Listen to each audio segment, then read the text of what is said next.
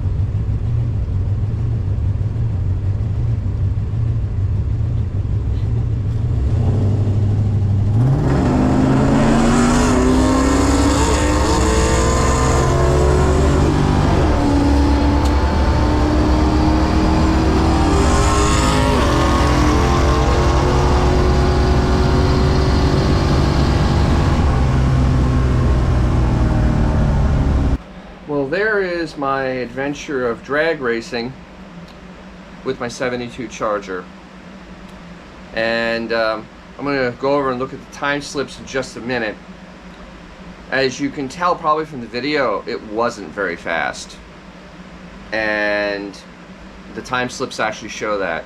I tried everything basically I could do at the track. And I swapped out carburetors, I checked timing, I checked plugs, checked the driver. And nothing seemed to get the car to do anything any better. It was very lazy. And we're going to go look at the time slips. You can see how lazy this car was going down the quarter. Okay, so here are the time slips. All 6 of them. One of the runs was not recorded, number 5. Here's my first run. As you see, 15.406, 86.95 miles an hour, 2.2 60-foot time. The reaction time was terrible because I was just trying to get the car to go. First time doing it. But you can see the car very lackadaisical. I let the car shift itself, shifting before 5,000 RPM, which on 340 is not right. So that was run 1.